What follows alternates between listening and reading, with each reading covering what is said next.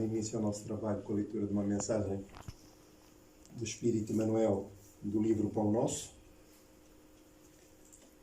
cujo título é Ansiedades, e é um comentário a um excerto da primeira carta de Pedro. Diz o seguinte: lançando sobre ele toda a vossa ansiedade, porque eu tenho cuidado de vós. E Emmanuel comenta: as ansiedades armam muitos crimes e jamais edificam algo de útil na terra. Invariavelmente, o homem precipitado conta com todas as probabilidades contra si. Opondo-se às inquietações angustiosas, falam as lições de paciência da natureza em todos os setores do caminho humano. Se o homem nascesse para andar ansioso, seria dizer que veio ao mundo não na categoria de trabalhador em tarefa santificante, mas por desesperado sem remissão. Se a criatura refletisse mais sensatamente, reconheceria o conteúdo de serviço que os momentos de cada dia lhe podem oferecer e saberia vigiar, com acentuado valor, os patrimónios próprios. Indubitável que as paisagens se modificarão incessantemente, compelindo-nos a enfrentar surpresas desagradáveis, decorrentes da nossa atitude inadequada, na alegria ou na dor. Contudo, representa em positivo da lei a nossa obrigação de prosseguir diariamente na direção do bem. A ansiedade tentará violentar corações generosos, porque as estradas terrenas desdobram muitos ângulos obscuros e problemas de solução difícil. Entretanto, não nos esqueçamos da receita de Pedro.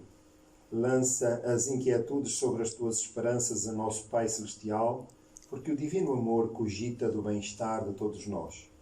Justo é desejar firmemente a vitória da luz, buscar a paz com perseverança, disciplinar-se para a união com os planos superiores, insistir por sintonizar-se com as esferas mais altas.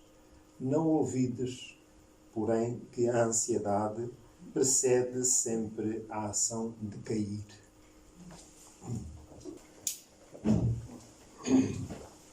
Vamos agora unir os nossos pensamentos em oração,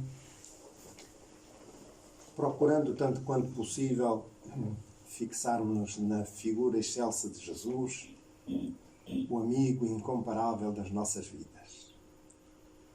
Estes são momentos de intimidade com Deus, a quem dirigimos o nosso pensamento em oração singela. Porém, deixando ou depositando na ação o melhor de nós, a nossa fé, a nossa confiança restrita em Deus.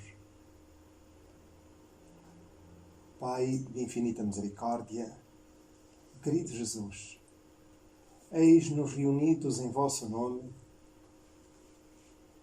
procurando unir os nossos esforços, a nossa fé, a nossa vontade, os nossos melhores sentimentos, nas palavras que vos dirigimos, levando o melhor de nós. Por isso, desdobramo-nos em alegria e em paz, em confiança e serenidade. Agradecemos a vida pela oportunidade de crescimento interior que nos é facilitada, mas simultaneamente agradecer-vos ainda pelas vicissitudes que nos auxiliam no crescimento interior, no progresso estabelecido pelas leis divinas, que nos reservam o melhor.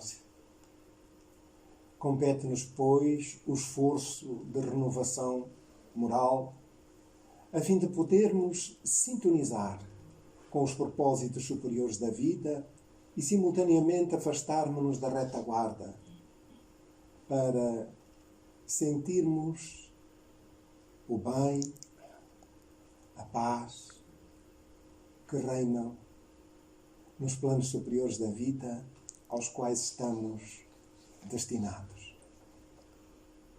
Mestre querido e Pai amado, são muitas as vicissitudes que semeiam a nossa jornada terrena. Porém, hoje, já com outra visão a respeito da fé e da relação convosco, eis-nos rogando-vos amparo, para que a vossa misericórdia nos auxilie na consecução dos projetos estabelecidos, a fim de não sussurrarmos e sairmos vitoriosos da experiência terrena. Assim, Senhor, sejam quais as dores que nos tocam a alma, envolve-nos com o vosso amparo, para que tenhamos coragem, serenidade, ânimo, alegria de vencer, porque tudo prossegue na vida e nós, espíritos na qualidade de criaturas imortais e destinados ao bem, sentimos, Senhor, que a meta superior que traçaste para todos é de felicidade e cabe-nos a nós conquistar os meios para atingirmos a meta traçada. Nesta manhã, Senhor, em que nos reunimos, rogamos o vosso amor, as vossas bênçãos de saúde para todos quantos aqui se encontram nos dois planos da vida.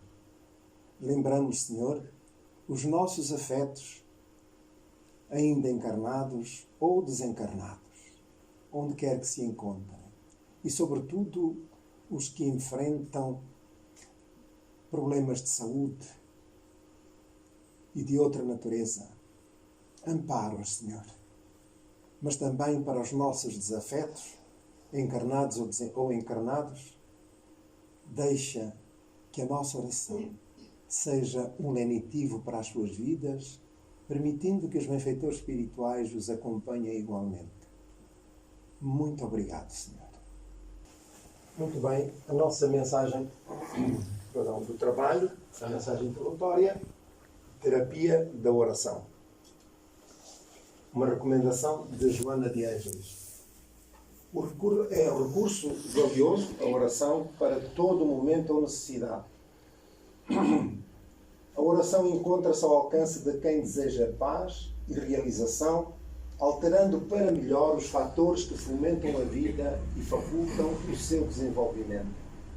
A oração é um instrumento pelo qual a criatura fala a Deus e a inspiração chega-lhe na condição de divina resposta. É uma mensagem de Joana de Ângeles. O nosso trabalho hoje versará ou continuará ainda no Evangelho segundo o Espiritismo, no capítulo 28º, coletânea de preces espíritas. Portanto, a mensagem introdutória do trabalho é, no fundo, um esclarecimento, um incentivo àquilo que é vulgar em nós, sobretudo em quem, enfim, tem uma confissão religiosa e procura contacto com a criatura que lhe é superior, sob o ponto de vista espiritual, Deus, Jesus ou outras criaturas da sua devoção. Importa, sobretudo, perceber que o Criador, que é, no fundo, quem gere a própria vida, quem nos faculta o dom da vida, quem nos faculta a energia, o vigor, a própria vida enquanto existimos, já que, desde a criação, nós adquirimos o estatuto de eternidade. Portanto, jamais desapareceremos a partir desse momento. O que significa que essa força incomensurável é a presença divina em nós, que nos estimula, que nos ampara, que nos inspira a prosseguir para essa meta que nos foi traçada, a meta superior, que é chegarmos ao reino da luz, da paz, da concórdia. Ora, a oração é um momento de intimidade com Deus. E para que ela possa, de facto, exercer-se em consciência, racionalmente, tem que ter como ponto de partida a ideia que nós fazemos de Deus. Para que a oração se revista do melhor de nós, da nossa confiança irrestrita em Deus e daquilo que pretendemos, de facto, que Deus nos faculte. Perceber a intimidade divina como a criatura absolutamente perfeita, misericordiosa, profundamente justa e boa, e que vai, a todos os momentos da nossa existência, dando sempre o melhor, tendo em atenção aquilo que é o melhor para nós, para a nossa evolução. Se tivermos em linha de conta que o Criador é, de facto, profundamente, absolutamente misericordioso e bom, a nossa confiança em Deus é uma confiança absoluta, irrestrita, e a serenidade estabelece-se na intimidade. Tivemos a oportunidade de ouvir o comentário de Manuel a respeito do estado de ansiedade que tantas vezes nos assalta a própria alma e agimos de forma compulsiva, procurando em Deus todas as soluções para a nossa vida. Mas nessa relação que estabelecemos e aquilo que esperamos é que Deus atenda à nossa vontade. E essa vontade muitas das vezes repleta-se de caprichos. São os nossos caprichos, a nossa visão da vida, e é isso que nós pretendemos que Deus atenda. A nossa vontade, independentemente da natureza de cada uma. Mas Deus atende-nos sempre, sim, tendo em atenção esse projeto de vida que é o aperfeiçoamento, o progresso da criatura. E nem sempre aquilo que nós julgamos ser o melhor no momento, ser-nos-á conveniente no futuro. E como tal, a confiança irrestrita em Deus passa pelo conhecimento da sua natureza, da sua intimidade, dentro daquilo que somos capazes, que a nossa inteligência consegue perceber. Portanto, esse é o ponto de partida. Deus, a ideia que nós fazemos de Deus e a relação que queremos estabelecer com Deus. Porque Deus está permanente na nossa vida. Permanente. Não o conseguimos alijar da nossa intimidade. Por razões de natureza religiosa, de natureza cultural, afastamos-nos muitas vezes. Mas Deus permanece em nós independentemente das nossas opções. Por isso Jesus asseverou que éramos deuses. Nós somos partículas divinas saídas da intimidade do Criador. Logo, a oração, aquilo que se estabeleceu como oração, nada mais é do que uma conversa íntima com o Criador. Então, é sobre esse tema que nós continuamos a trabalhar no Evangelho segundo o Espiritismo, no último capítulo, sobre a coletânea de preces espíritas, que Allan Kardec entendeu incluir como um roteiro de orientação para podermos exercer e aproximar-nos e termos uma ideia. Termos uma ideia, ela não é fixa, nem estabelece fronteiras, nem caminhos. É uma ideia, uma orientação. Vamos ver o que diz o tema. Qualquer dúvida que surja, agradeço que a coloquem relativamente ao tema. Então,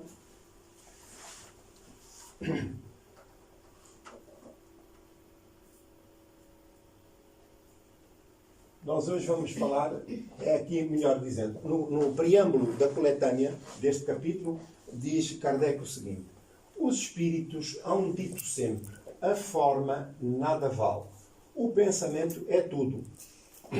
Perdão. Ore, pois, cada um segundo as suas convicções e da maneira que mais o toca.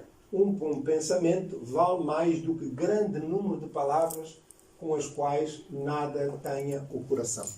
Portanto, Este é um mote de partida para compreendermos, de facto, a natureza da oração.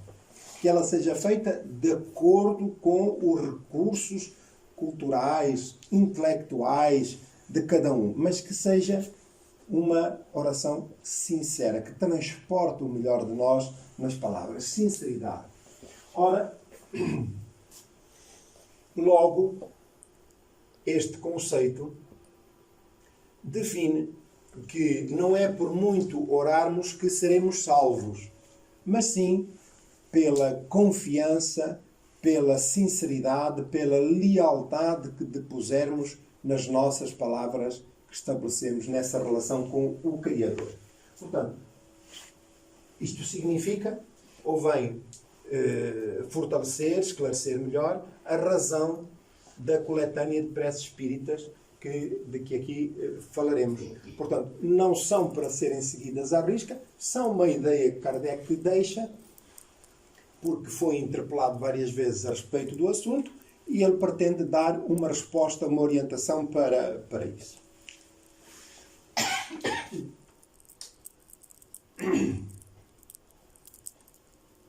Nós hoje vamos para o item 34, que respeita a este tema, num perigo iminente.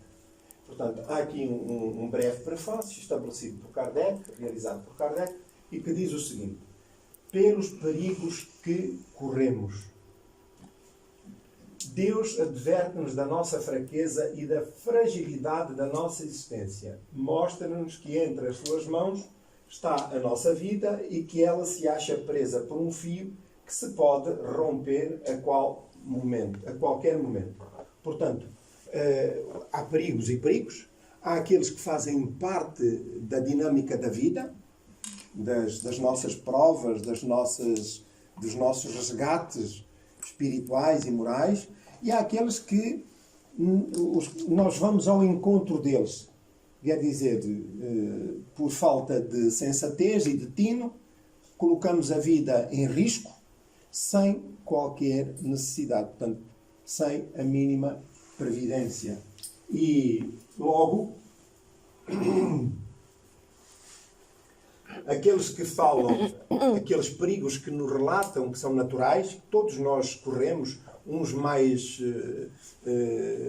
em maior, outros de menor importância, mas perigos, desafios para a nossa vida, eles transmitem sempre alguma lição, como é comum dizer-se, nas entrelinhas, para que saibamos aferir, retirar as melhores lições para as correções que se fazem úteis para a nossa vida. Mas daqui importa realçar o seguinte: há perigos que fazem parte da nossa vida, do nosso programa de vida, dos nossos desafios, e outros que são, ou dizem respeito àquilo que nós procuramos, sem qualquer necessidade. Mas por causa da ansiedade, muitas das vezes, da adrenalina, por aí adiante. Sob esse aspecto, não há privilégio para ninguém, pois que às mesmas alternativas encontram-se sujeitos o grande como o pequeno. Quer dizer, os grandes desafios da vida fazem parte das leis divinas e, como tal, tanto uns como outros estarão sujeitos a esses mecanismos, a essa dinâmica, em concordância com as necessidades evolutivas de cada um. Quer dizer, as minhas necessidades não são exatamente iguais às necessidades do meu companheiro, do meu amigo, do meu vizinho, por aí adiante. Porque tudo é estabelecido em concordância com as necessidades evolutivas de cada um. E uns podem ter necessidade de experienciar determinado tipo de circunstâncias e outros outras. Mas a verdade é que umas e outras são adequadas às necessidades do espírito em evolução. E cada um vai retirar, ou deve retirar, as ilações necessárias e úteis para o seu crescimento e as suas reparações. Portanto, não podemos dizer que uns aparentemente sofrem mais do que outros, é verdade.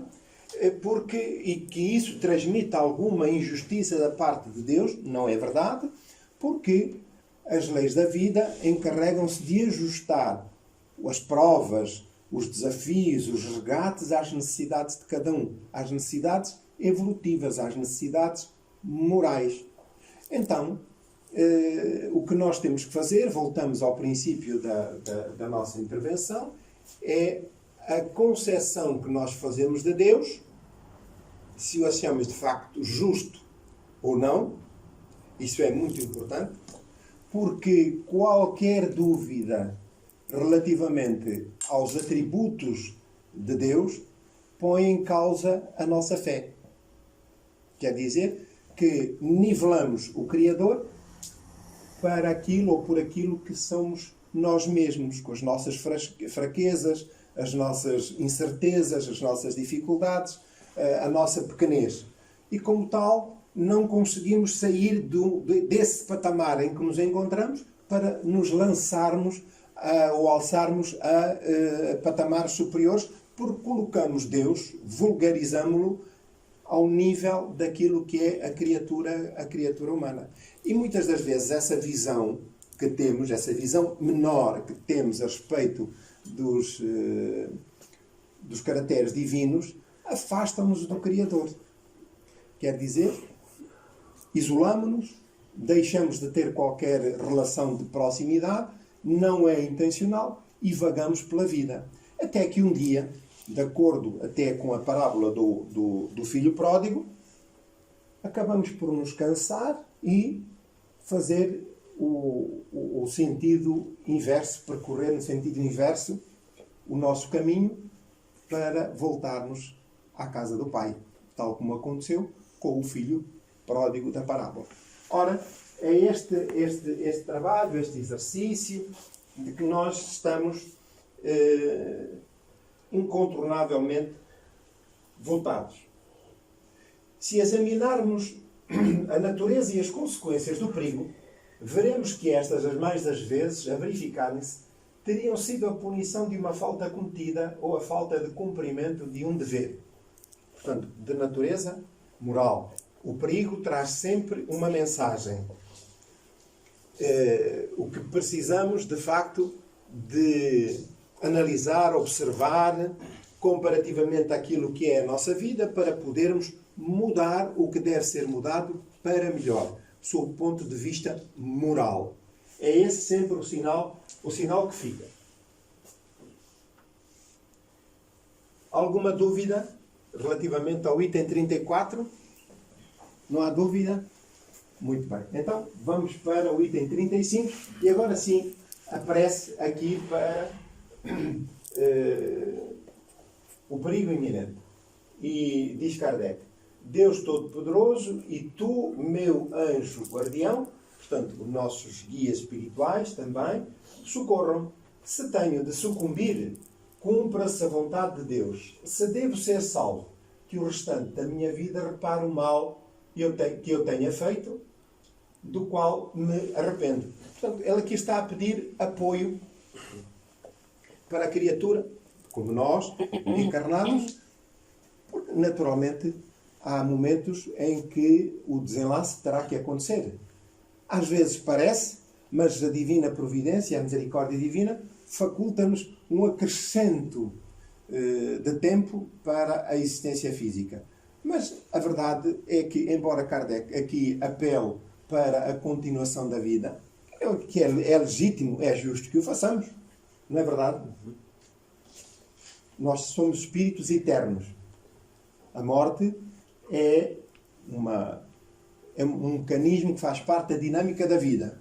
Mas a morte em si, segundo o conceito humano de que tudo se acaba, não é verdade, porque o espírito continua a viver para além da vida física. Portanto, a morte é o momento em que o espírito se desliga do corpo e permanece na posse de todas as suas capacidades. E aquilo que falta ao corpo físico, com a ocorrência da morte, é o espírito ali. Porque é o espírito que transporta e transmite ao corpo toda a vitalidade. Aquilo que é a vida no corpo físico respeita ao espírito. Ausentando-se o espírito, o corpo é simples matéria de que o espírito se reveste para viver durante determinado período de tempo na Terra. E o espírito, como qualquer instrumento que nós usamos, roupa que a partir de certa altura deixa de estar em condições, nós desfazemos desse equipamento. E é assim que o espírito faz relativamente ao corpo. Portanto, o espírito continua num plano mais subtil, que para a maioria de nós não é visível, mas que existe e que exerce influência sobre o nosso meio físico. Portanto, aqueles que partiram já antes de nós continuam vivos. A ver, a ouvir, a sentir, a amar, a odiar, tudo em plenitude, dependendo da sua natureza íntima, do seu estado moral. Ora, portanto, é legítimo que peçamos a Deus para nos manter na vida física? É perfeitamente legítimo. E devemos fazer? Devemos.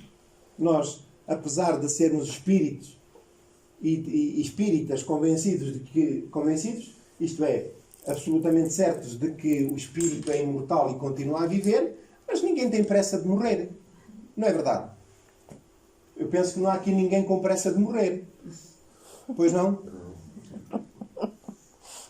Há alguém? Não. Não. Então, se não há, é legítimo que nós possamos atrasamos um pouco mais, por qualquer razão, ou porque precisamos disto, ou precisamos dar apoio, ou precisamos... Mas isso, em boa verdade, altera aquilo que está previsto na vida. Em função de tudo é pesado. Ora, se nós ainda somos necessários, eventualmente pelas funções que desempenhamos, sobretudo junto de terceiros, uma família, um grupo, por aí adiante, façamos falta ainda para dar apoio a essa pessoa ou a essas pessoas, a vida pode nos ser prolongada. Sim, senhor. E ela muitas das vezes é-nos prolongada, já nos foi prolongada e nós não pedimos. Porquê? Porque lá em cima o contabilista da vida, ele sabe o que devemos, o que não devemos, se tem condições, se é necessário continuar. E quantos de nós também não dizem nas suas orações que já estamos cansados da vida? Pessoas que sofrem imenso, que têm, enfim, uma vida excruciante de dores e pedem a Deus que os leve. Não há muita gente que pede? Então, se é legítimo para partir, também é legítimo para permanecer. Agora, isso não significa que as nossas rogativas sejam atendidas em concordância com aquilo que é a nossa visão da vida. Ora, é sempre em atenção aos planos divinos, pois se nós fazemos ainda falta a uma pessoa, a uma família, um grupo social, então é justo que esse programa e essa tarefa se prolonguem. E isso é acionado. Mas pode haver a altura em que nós queremos de facto continuar, mas o nosso programa de vida já está esgotado, já não acrescenta relativamente mais nada. Então, por que é que continuamos aqui? Então, cumpre-se a vontade daquilo que está estabelecido. E partimos na hora em que está determinado. Ora, casos há em que a vida que levamos possa ter ainda níveis de comprometimento para além daquilo que é o razoável, o que significa que poria em causa todo o futuro das reencarnações sucessivas daquele espírito, e o espírito que estava para morrer aos 60 ou aos 70 anos é retirado aos 40. A pedido dos seus benfeitores mais diretos, daqueles que gerem a sua vida, é retirado mais cedo. Isso Deus é injusto porque há muitos velhos que já podiam ter ido e não fazem falta, foi alguém mais novo, porque chegou a hora, está cumprido aquele período de tempo e retirou-se, foi chamado para voltar a retomar o processo de crescimento e de progresso. o mesmo espírito reencarnará numa outra circunstância de acordo com as suas necessidades. É bem verdade que nós julgamos que tudo se desfaz, mas não. Nós crescemos não só individualmente, como também em grupo. Nós fazemos parte de determinado tipo de grupos. E, portanto, esses grupos seguem juntos. Não quer dizer que reencarnem todos em simultâneo, não quer dizer que reencarnem todos no mesmo local, não quer dizer que reencarnem todos sobre as mesmas experiências. Não, não. Tudo é adequado às necessidades evolutivas de cada espírito. Podemos nascer homem como podemos nascer mulher, podemos nascer aqui como podemos nascer noutro país, podemos nascer brancos como podemos nascer negros, podemos nascer portugueses como podemos nascer turcos.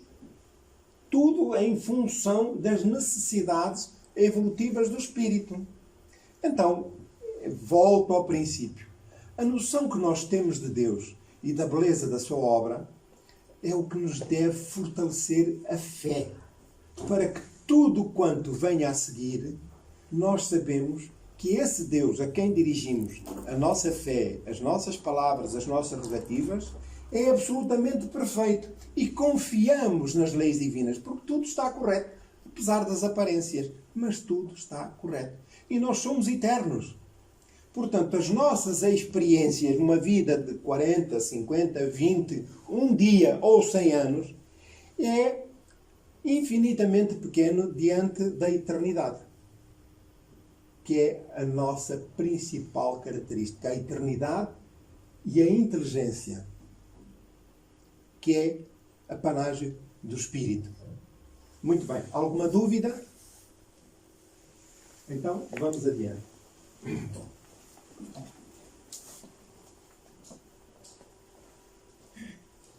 E agora aqui, no item 36, a ação de graças por haver escapado a um perigo.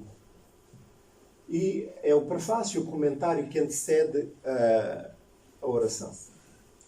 Pelo perigo que tínhamos corrido, Deus mostra-nos que de um momento para o outro podemos ser chamados a prestar contas pelo modo como utilizamos a vida.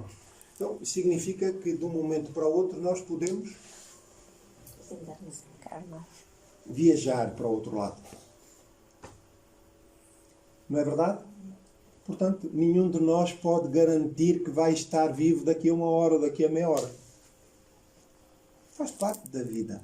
E esta noção da realidade, da dinâmica da vida, é que deve cimentar, consolidar a nossa fé, a visão que temos de Deus. E isso vai fortalecer a nossa relação com Ele. É muito importante que tenhamos isto em linha de conta.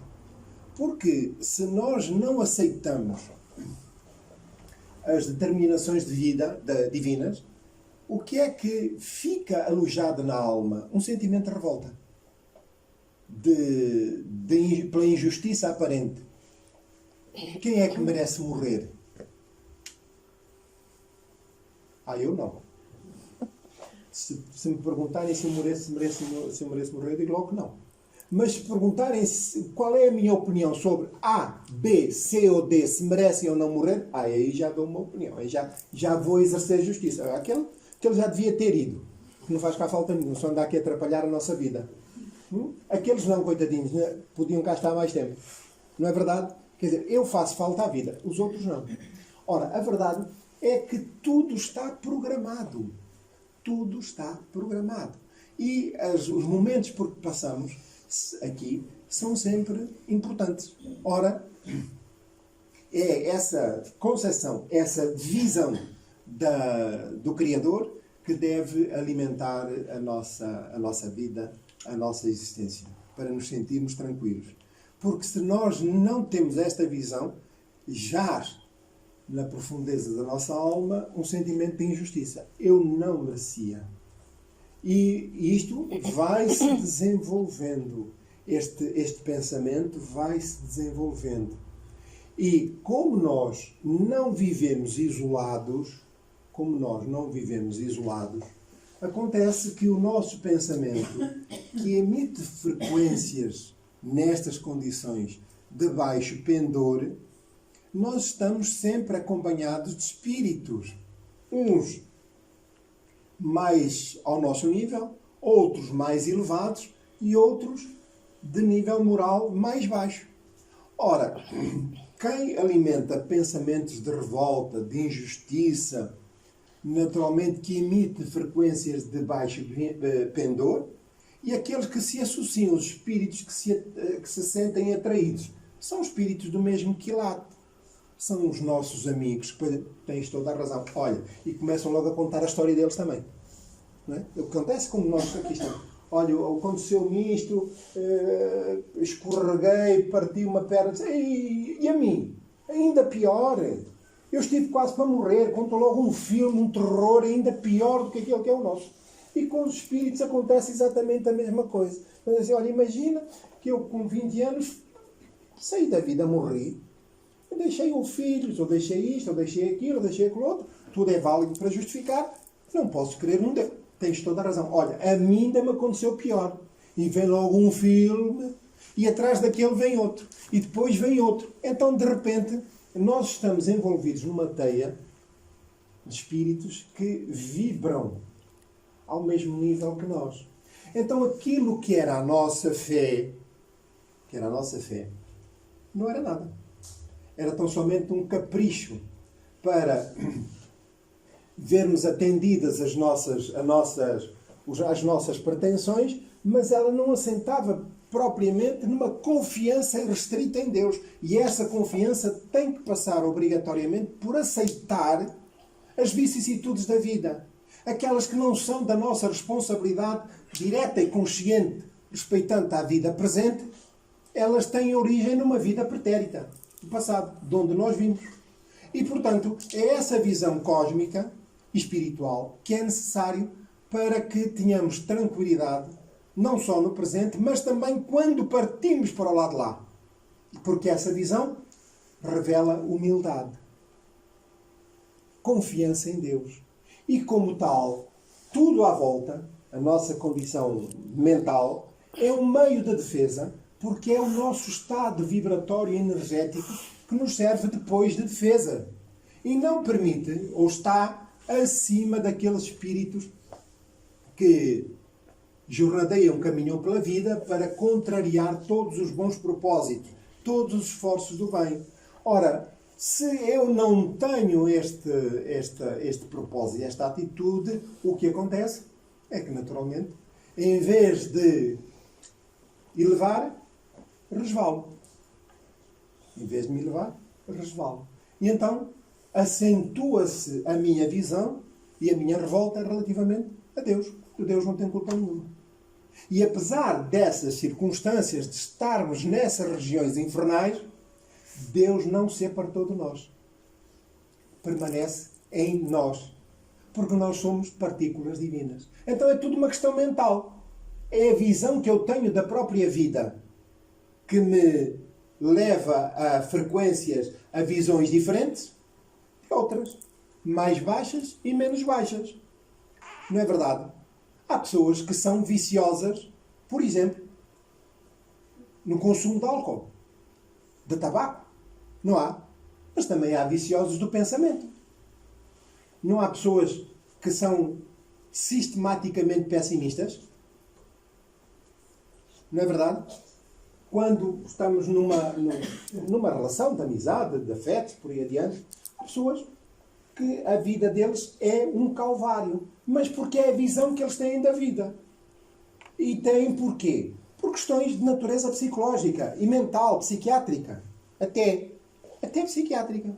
Ora, essa visão é tendencialmente negativa e, como tal, a frequência da criatura baixa. E como baixa, é ali que ele anda. É ali que ele vive.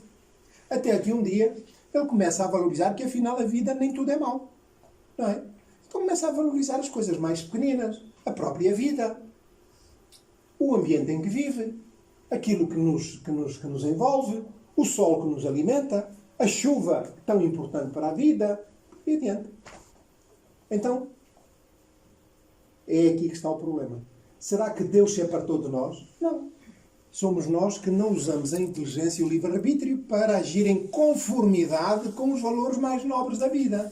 Então, há ainda quem se compraza em mover-se nos lodaçais da vida, do pessimismo, do mal-estar e por aí adiante. Está certo? Então, cuidemos da nossa mente, dos nossos pensamentos, da forma como olhamos para a vida. É fundamental. Que é para depois não sermos surpreendidos do outro lado também. Para quando acordarmos, estarmos no céu. E tudo está aqui. Eu ler uma notícia aí há esta semana no Brasil, uma religião que prometeu o céu, a entrada no céu a um profitente, e ele deu para lá uns milhares de reais. Afinal de contas, chegaram à conclusão que ele não ia para o céu. E ele teve que ir a tribunal para reaver o dinheiro, porque, pois, é evidente, não é? Se não lhes pagavam o bilhete, não lhe garantiu o bilhete para o céu, é evidente que não podia pagar o bilhete. Tinha que ser ressarcido, porque não havia garantias. Aqui também não damos garantias, mas não cobramos nada. Só estamos a dizer a verdade. E a verdade depende de nós, do nosso estado mental. Portanto, não basta nós termos um bilhete para entrar lá no céu. Não. É preciso que tenhamos créditos, méritos, condições mentais. Está certo? Muito bem, então vamos adiante. Você não leu até o final, Alexandre. Diga. Eu acho que você não leu até o final. Mas ainda vou ler? Ah, vai? Não, ainda não vou embora. Ah, não? Não, calma. É porque isso nos suscita também o pensamento em relação ao desencarne antes da hora, né? Que na Isso. verdade é um suicídio involuntário, né? Portanto, pelo perigo que tínhamos corrido, Deus mostra-nos que de um momento para o outro podemos ser chamados a prestar contas pelo modo como utilizamos a vida. Avisa-nos assim que devemos tomar sentido e emendar-nos. São as lições que a própria vida nos traz. Nos pequenos detalhes, saber como retirar lições desses avisos. E o que é que podemos aproveitar? E há muitas pessoas que não têm senso para retirar daí as lições necessárias. Outros querem à viva força que lhes sejam atendidos os caprichos. Não é verdade? E Deus não pode, nem existe para atender caprichos. E as pessoas muitas das vezes revoltam-se, recorrem aos mais variados expedientes, inclusive ao centro espírita, para tentar resolver problemas que não são resolúveis. Primeiro, não são resolúveis por causa da minha responsabilidade. Sou eu que tenho que tomar essas decisões. E segundo, não são resolúveis porque os programas da vida maior, não são, não atendem aos nossos caprichos, nem se moldam às necessidades momentâneas da nossa vida. Estamos a compreender? Então, aquilo que em profundidade nos faz bem é aquilo que está determinado pelas forças superiores da vida. E há casos em que a pessoa se revolta porque teve uma doença e não aceita, e como tal, suicida-se. Há casos em que a pessoa não aceita esta ou aquela circunstância, pode matar, torna-se um criminoso. Enfim, circunstâncias variadas e desperdícios de quem está desatento relativamente à sua própria existência. E muitos são aqueles que sim, que estão desatentos, que atendem aos seus caprichos e não atendem àquilo que são os valores mais nobres e mais elevados da vida. Importa, naturalmente, perceber que o conhecimento da existência do espírito e da sua condição imortal é um fator primordial para que a criatura se sinta mais consciente e saber que está sujeito a leis divinas, que são absolutamente justas, misericordiosas e, portanto, aquilo que a pessoa tiver de facto mérito, porque a lei de causa e efeito, ela atua para ambos os lados, quer para o bem, quer para o mal. Quer dizer, a cada um é dado de acordo com os seus méritos. E há muitos méritos e créditos que nós conquistamos que não temos consciência disso e que só um dia, do outro lado da vida, nós vamos apreender e vamos receber o resultado das nossas ações. Como para o mal também é verdade. Muitas das vezes levamos uma vida, enfim, aparentemente feliz na Terra, de acordo com os padrões estabelecidos, mas elas são, no fundo, são-nos perniciosas. Ora, o que acontece é que quando chegamos ao lado de lá, convencidos que o estado de felicidade, entre comas, vai continuar, e não vai. E a criatura resvala para os planos inferiores da vida. Portanto, resumindo e concluindo, aqui é preciso que tenhamos atenção relativamente aos avisos que a vida nos dá, para tirar as devidas conclusões. Tendo em atenção que o nosso destino maior é o aperfeiçoamento. Portanto, tudo aquilo que contraria os desígnios de aperfeiçoamento moral a que todos estamos sujeitos, então não é benéfico. Certo? Então vamos adiante. E agora a prece. Meu Deus, meu anjo da guarda, agradeço-vos o socorro que me proporcionaste durante o perigo em que estive ameaçado. Seja para mim um aviso esse perigo e esclareça-me sobre as faltas que me hajam colocado sob a sua ameaça. Portanto, o que é que significa aqui? Pedir a inspiração divina para que possamos, tanto quanto possível, apreender, retirar as lições devidas dos sinais que a própria vida nos envia. E acontece que há circunstâncias que se prolongam para além da vida física após a morte e que acabam por infelicitar a criatura durante determinado período de tempo até que ela possa alterar e queira, não é que ela possa, até que ela queira alterar comportamentos. Nós temos o livre-arbítrio. O livre-arbítrio significa que nós podemos, de facto, tomar esta ou aquela atitude, esta ou aquela decisão. A verdade é que os resultados chegarão e teremos nós que colher os frutos dessa sementeira, dessas decisões. Portanto, ficou alguma dúvida relativamente ao tema? Não há dúvida, não? Muito bem. Então, compreendo, Senhor, que nas tuas mãos está a minha vida e que me podes tirar quando o entenderes.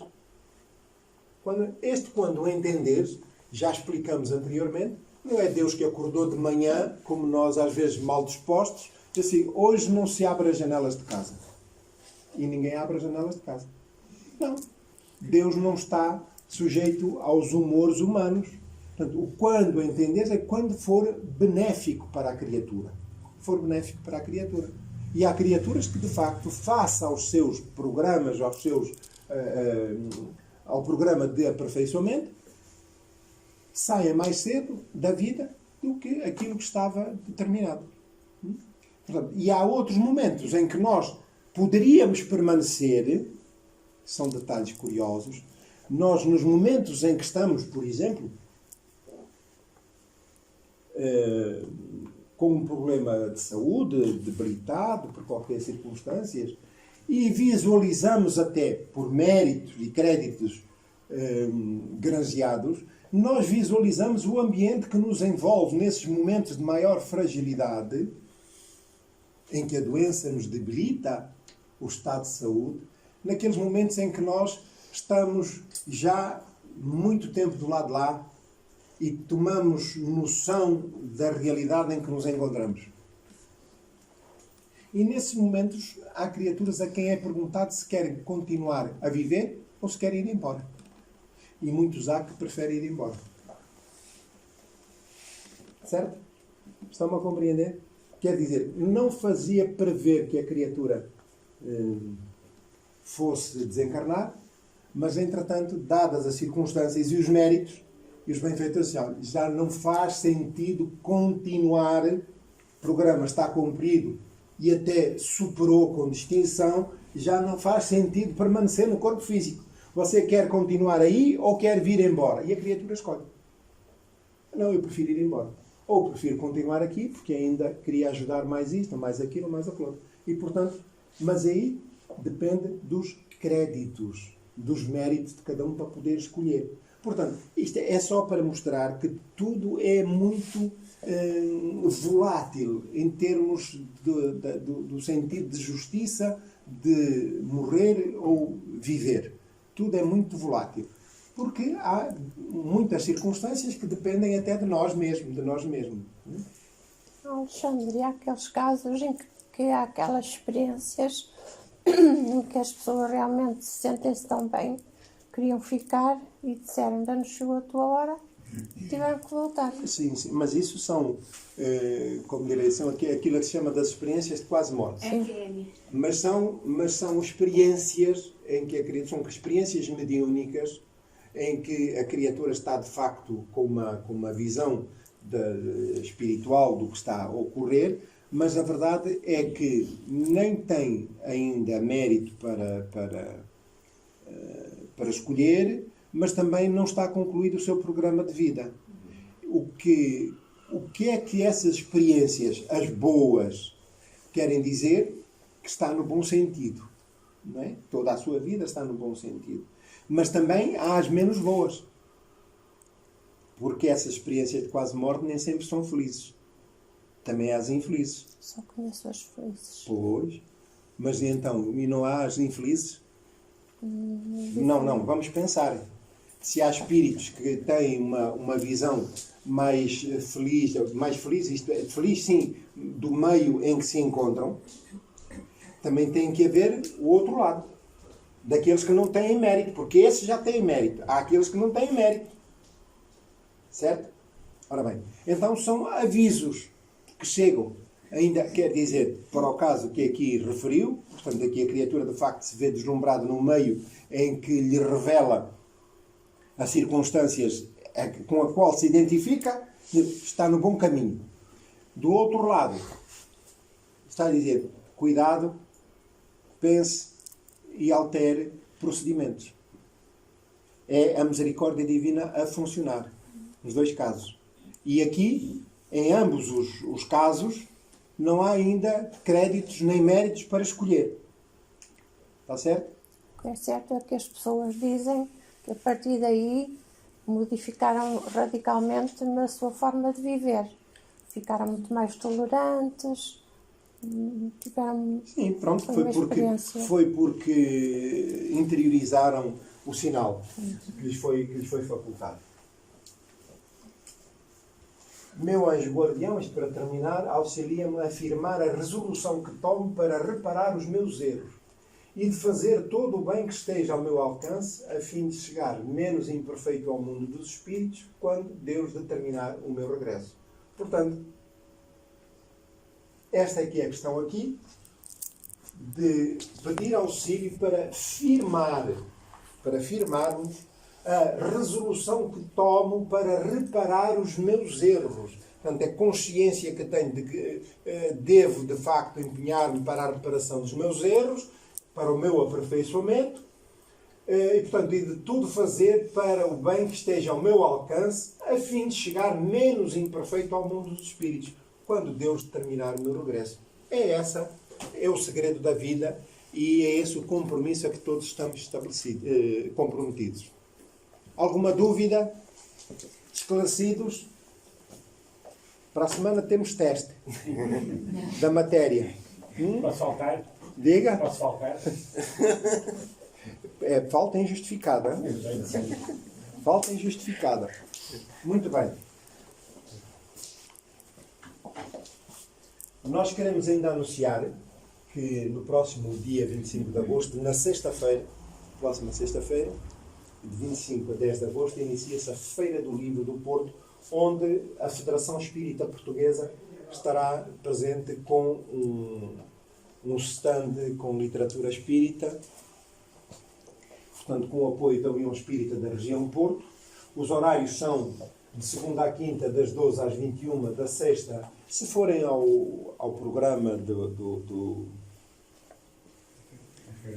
ou da Feira do Livro, ou se forem ao Facebook, à página da União, está ali o cartaz com os horários, que agora eles são ligeiramente diferentes e, portanto, não vale a pena estar a fixar. É do dia 25 de agosto a 10 de setembro. Portanto, importa e espera-se a visita de todos os interessados espíritas a esses, aos frequentadores das casas espíritas, não duvidamos que aparecemos, mas a todos quantos possam simpatizar com, enfim, a literatura espírita, estará ali o stand à disposição com literatura da mais variada sobre a matéria.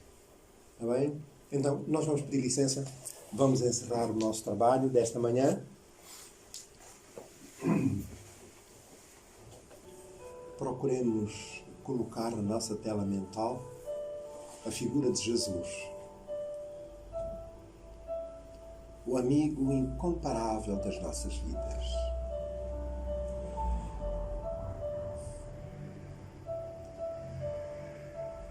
Deixar que as nossas almas se desdobrem com alegria, permitindo que da intimidade se libertem os melhores sentimentos, as melhores energias. E é com a nossa vontade que dilatamos o alcance do melhor de nós, já que se entrelaçam os sentimentos, criando todo o ambiente de luz e de harmonia. Dos planos mais elevados descem pétalas perfumadas, iluminadas pelo amor divino, que assentam e penetram cada um de nós, encarnados e desencarnados. Este é um momento de alegria, momento de luz, momento de paz. Querido Jesus, eis-nos em momento de oração, agradecendo a oportunidade e o amparo recebido durante a tarefa. Na Assembleia, Senhor,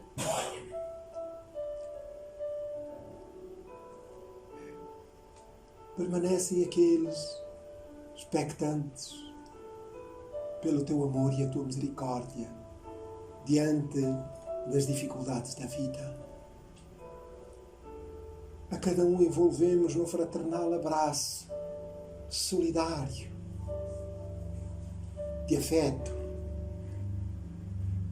para que os doces momentos se preencham de plenitude espiritual. Lembramos, Senhor, os desencarnados em convalescença, para quem endereçamos igualmente o nosso testemunho solidário e fraterno. Um abraço aconchegado, rogando-lhes confiança em Deus, porque tudo passará. Fomos criados com o objetivo superior de aperfeiçoamento e, por isso, depositamos em vós a confiança restrita. Ampara-nos, porém, Senhor. A doença que nos assola, as circunstâncias várias da vida que nos perturbam, inspira-nos coragem e ânimo para seguirmos adiante. Mestre querido, pedimos-te ainda pela humanidade, particularmente pelos que mais sofrem das variadas vicissitudes, dos transtornos naturais, mas também pelo orgulho e o egoísmo que provocam a violência e a carência de condições para a existência humana. Para os espíritos, Senhor, que se comprazem ainda com o mal, apieda-te, Senhor, da ignorância em que vivem. Mas estamos certos, Senhor, de que tudo passará. E também eles retornarão à tua casa, implorando misericórdia e novas oportunidades para o ressarcimento dos seus débitos e de crescimento moral. Mestre querido, queremos ainda pedir-vos por este espaço e por todos aqueles que se propõem à prática do bem, levando a mensagem do amor, da paz e da concórdia. Lembramos, Senhor, aqueles que nos são caros, familiares e amigos, encarnados ou desencarnados. Que a tua paz os envolva e ampare sempre. Pedimos-te pelas crianças, pelos jovens, pelos idosos. Pedimos-te pelos suicidas, pelos toxicodependentes, por aqueles, Senhor, afetados pelos transtornos psiquiátricos. Que a tua paz e o teu amor os envolva, Senhor. Muito obrigado.